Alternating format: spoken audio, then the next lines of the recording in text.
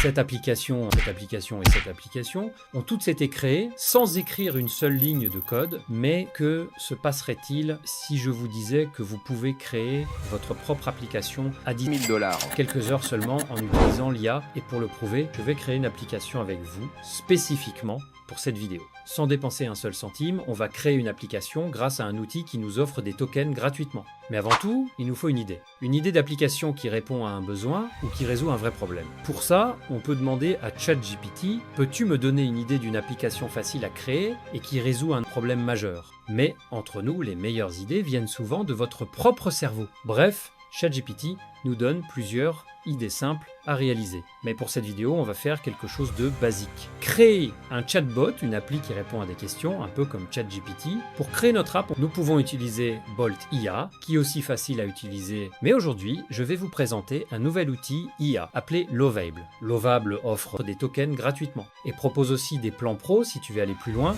Cliquez sur Créer un compte, connectez-vous avec Google.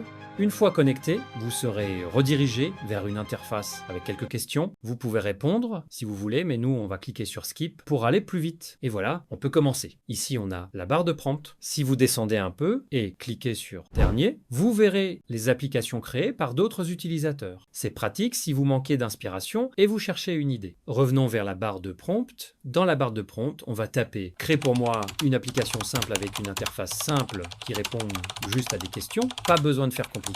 Le but, c'est juste de vous montrer comment ça fonctionne. On peut aussi importer une image pour donner une idée visuelle à l'IA. On ne va pas le faire ici. On clique sur la flèche pour lancer et on voit l'IA commencer à coder notre appli en temps réel. Franchement, c'est stylé. Si vous voulez aller plus loin, vous pouvez connecter l'appli à une base de données, publier l'app directement via le bouton « Publier ». Et oui, c'est totalement gratuit. On voit que l'IA a fini de créer notre application. L'interface ne pas à couper le souffle, mais nous allons essayer. Nous allons venir ici dans la barre de recherche et taper la France. Et il me dit que je ne suis pas sûr de comprendre votre question. On va essayer avec une autre question. Nous allons écrire la capitale de la France. Toujours la même réponse. Une autre question. On va être un peu plus clair. C'est quoi la capitale de la France? Même réponse. Ce passe qu'il nous faut une API key. Explication. Pour que notre appli marche, nous devons insérer une clé API. C'est ce qui permet à notre app de se connecter à une IA pour générer des réponses.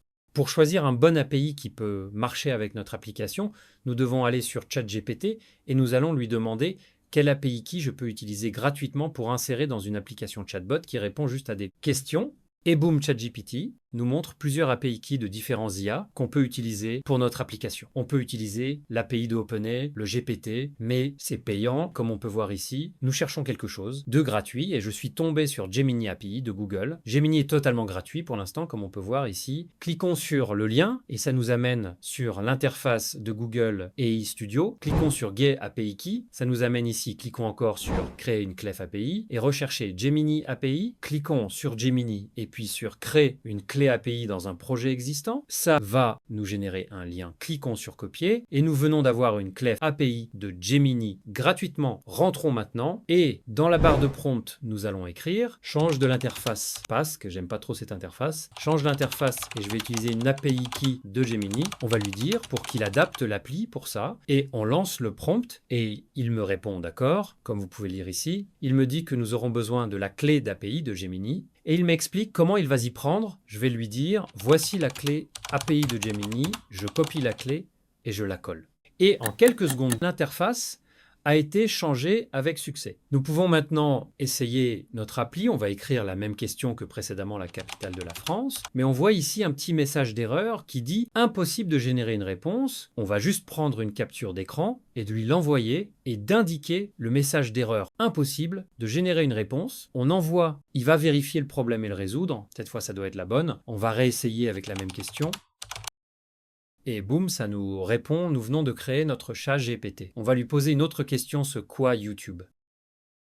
Et voilà la réponse tout simplement magnifique.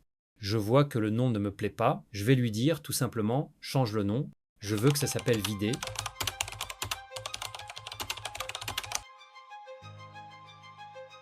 Et voilà, on vient de créer ensemble un chatbot IA sans écrire une seule ligne de code, sans rien dépenser. Si tu as aimé ce tuto, n'hésite pas à liker, t'abonner et activer la cloche pour ne pas rater les prochaines vidéos. Et si tu as des questions ou si tu veux que je teste d'autres outils comme celui-là, balance ça en commentaire.